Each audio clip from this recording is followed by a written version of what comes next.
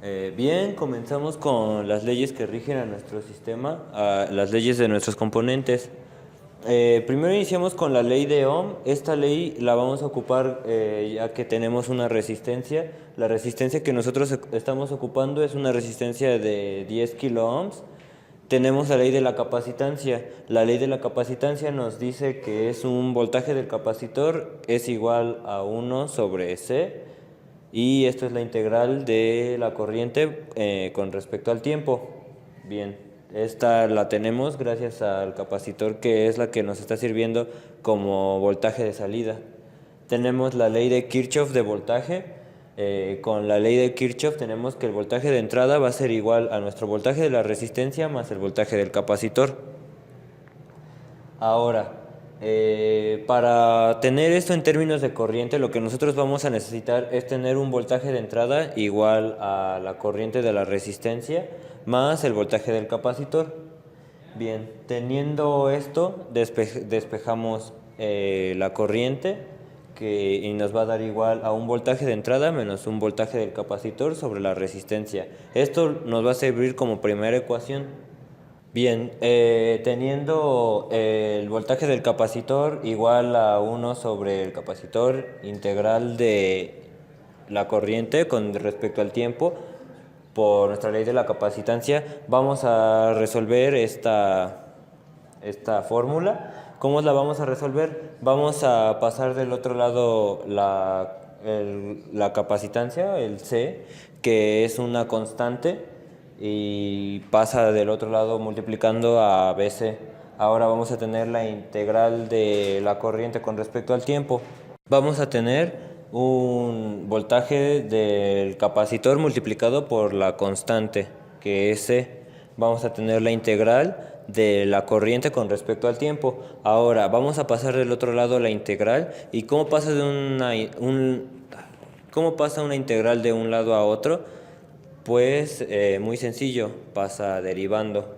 Entonces tenemos que esta integral va a pasar derivando a nuestro voltaje del capacitor multiplicado por la constante C.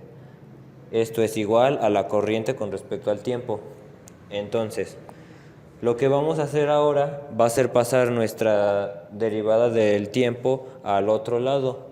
Como aquí podemos ver, tenemos la derivada del voltaje del capacitor sobre la derivada del tiempo es igual a la corriente entre la constante C. En esto, expresado en otros términos, lo tenemos como derivada del voltaje del capacitor es igual a la corriente entre la capacitancia. Ahora esta va a ser nuestra ecuación 2. Sustituyendo la ecuación 1 en la ecuación 2, la tenemos de esta manera. Aquí, esta expresión es la corriente. Nuestra corriente es nuestra ecuación 1.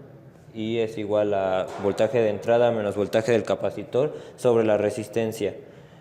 Esto se divide entre la constante C, el capacitor, y resolviendo por la ley del sándwich, tenemos que el voltaje de entrada menos el voltaje del capacitor por 1, lo expresamos de esta manera,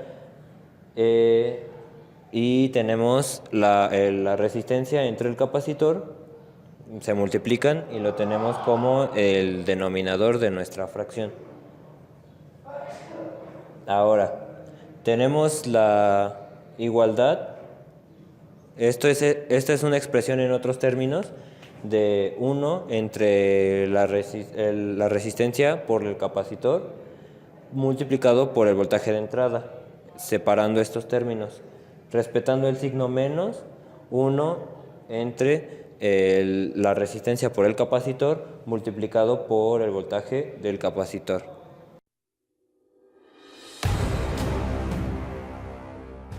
Ahora continuamos con el análisis para el modelo dinámico de nuestro circuito RC. Aquí lo que vamos a hacer es apoyarnos de la ecuación de modelos de estados, donde X es la variable que nos da el estado de nuestro sistema. Por lo tanto, vamos a tener que esta ecuación que ya realizamos y obtuvimos, la vamos a sustituir. donde X va a ser nuestro voltaje del capacitor, que es igual a va a ser -1 sobre RC, que también está aquí. X va a ser el voltaje de nuestro capacitor más B, 1 sobre RC por U, que es el voltaje de entrada. Ajá. Entonces, ahora, para poder sacar la ecuación característica en una función de transferencia, vamos a utilizar nuestro determinante, que nos dice que tenemos que ocupar la matriz de identidad, pero aquí como es una ecuación de primer grado, no vamos a ocupar la matriz de identidad. Por lo tanto, lo único que vamos a hacer es despejar a S. Entonces, tenemos que esta es igual a -1 sobre RC. Por lo tanto, sustituimos S menos A, que es -1 sobre RC, es igual a 0, vamos a igualar a 0 para poder obtener nuestro valor de S. Entonces es S menos por menos más, 1 sobre RC igual a 0, donde despejando a S nos queda que S es igual a -1 sobre RC. Esto lo que nos va a dar es nuestros eigenvalores o nuestros polos. Como siguiente paso, lo que vamos a hacer es compararla con nuestra función, con nuestro modelo general o con nuestra función de transferencia de un modelo de primer orden, que nos dice que es Y de S es igual a G de S por U de S, en el cual Y de S es nuestra salida y U de S es nuestra entrada. Entonces vamos a reemplazar por nuestra ecuación que nos da nuestra constante de tiempo, que es K sobre nuestra constante de tiempo, que es tau, por S más 1. Y ahora aquí lo que vamos a hacer es ocupar nuestra ecuación que sacamos anteriormente de la ecuación característica de la función de transferencia, que va a ser esta. Entonces vamos a tener que es 1 sobre S más 1 sobre RC, y lo que necesitamos es dejarlo en términos de RC para poder obtener nuestra constante de tiempo. Entonces, ¿qué vamos a hacer? Vamos a dividir entre RC. Por lo tanto, nos queda que Y de S es igual a RC entre RC de S más 1. Si podemos comparar estas dos ecuaciones, que es esta y esta, en donde T es nuestra constante de tiempo y RC también es nuestra constante de tiempo, podemos definir que T o tau es igual a R por C, donde esto nos va a dar nuestra constante de tiempo.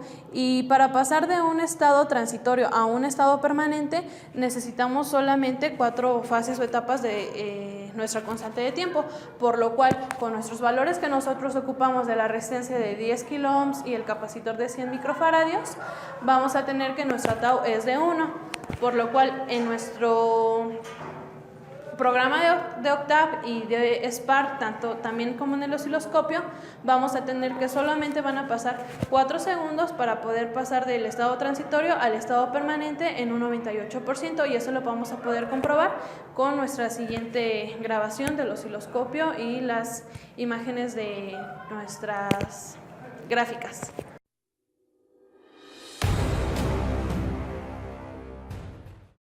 Ok, bueno, aquí podemos observar nuestro código de Octave del circuito RC, en el cual estamos poniendo el valor de nuestra resistencia, de nuestro capacitor, le estamos determinando cuál va a ser nuestra matriz A, B y el voltaje que estamos ocupando de 5. Ya Octave nos va a poder dar la gráfica. Entonces, como les comenté, tau es igual a 1 en nuestro circuito RC, nuestra constante de tiempo. Entonces, dice que el límite para pasar de estado transitorio a estado permanente son 4 constantes de tiempo. Entonces, tenemos que pasar en 4 segundos, por lo cual nuestra gráfica de Octave está iniciando en 0 y a los 4 segundos transcurridos, que es nuestro límite para poder pasar del estado transitorio al permanente, vemos que se estabiliza a un 98%. Casi llega a los 5 volts, pero no, porque pues solamente está al 98%.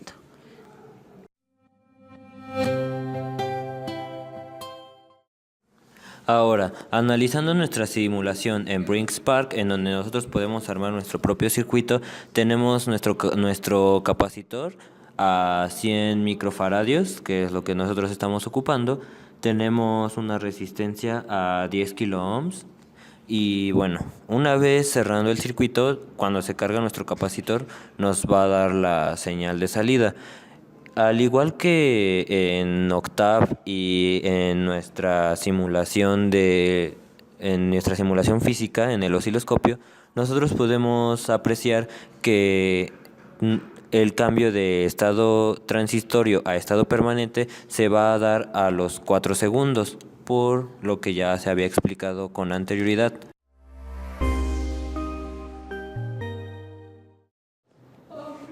Bien, analizando la ley de Ohm, tenemos que nuestro voltaje en la resistencia 1 va a ser igual a la corriente 1 en la resistencia 1. Sustituyéndolo, vamos a tener un voltaje de entrada con una corriente en la resistencia 1 más el voltaje del capacitor 1. Esto va a ser igual a la corriente 1 igual al voltaje de entrada menos el voltaje del capacitor 1 sobre la resistencia. Y analizando la malla 2, vamos a tener un voltaje del capacitor 1 igual a un voltaje de la resistencia 2 más voltaje del capacitor 2. Ahora, por ley de Ohm, vamos a tener un voltaje de resistencia 2 igual a una corriente 2 por resistencia 2. Y bajo la sustitución, vamos a tener un voltaje del capacitor 1 igual a corriente 2 por resistencia 2 más el voltaje del capacitor 2. Esto va a ser igual a una corriente 2 igual al voltaje del capacitor 1 menos capacitor 2 sobre la resistencia 2. Ahora, nosotros vamos a utilizar la ecuación para sistemas de segundo orden. En este sistema vamos a poder analizar si es sobreamortiguado, subamortiguado o críticamente amortiguado. Analizando nuestra ecuación bajo la fórmula general, nosotros vamos a poder determinar si esto es subamortiguado, sobreamortiguado o críticamente amortiguado. Bien, para analizarlo debemos de poner mucha atención en esto. Nosotros vamos a tener como factor de amortiguamiento el que nos va a determinar si es sobre o críticamente amortiguado. ¿Cómo es que analizamos esto? Teniendo esto igual que esto en un valor de 1, vamos a tener un sistema críticamente amortiguado. Cuando nosotros tengamos un factor de amortiguamiento menor que 1, esto nos va a dar menor que esto. Así vamos a tener un sistema subamortiguado. Bien, para nosotros analizar un sistema subamortiguado debemos tener un factor de amortiguamiento mayor a 1. Cuando tengamos un sistema subamortiguado, nosotros vamos a poder usar cualquier valor de resistencia y capacitor comercial para poder realizar nuestro circuito. El circuito debe de darnos una respuesta de salida y esa es la que nosotros vamos a analizar. Ok, para seguir con la explicación de nuestro circuito por mallas, tenemos nuestra ecuación para sistemas de segundo orden y esa la vamos a sustituir en nuestra fórmula general para poder ir resolviendo y obtener nuestro valor de la resistencia 1. Okay. Entonces, tenemos acá que 2 por el coeficiente de amortiguamiento por omega n va a ser igual, ya vamos a hacer la sustitución directa de nuestras variables. Entonces tenemos que es R1 por C1 más R1 por C2 más R2 por C2 entre R1 por R2 por C1 por C2 y eso va a ser nuestra parte de aquí. Bueno, la vamos a ir sustituyendo. Entonces vamos a poner esto, vendría siendo lo que es esta parte de aquí y bueno, la raíz se quita elevando al cuadrado y bueno, vamos a poner 4 entre omega n al cuadrado, que viene siendo esto. Ahora vamos a factorizar para poder dejar todo en términos de R1 y bueno, nos da al factorizar, tenemos R1 por C1 más el capacitor 2. Y aquí podemos observar que tenemos un binomio al cuadrado.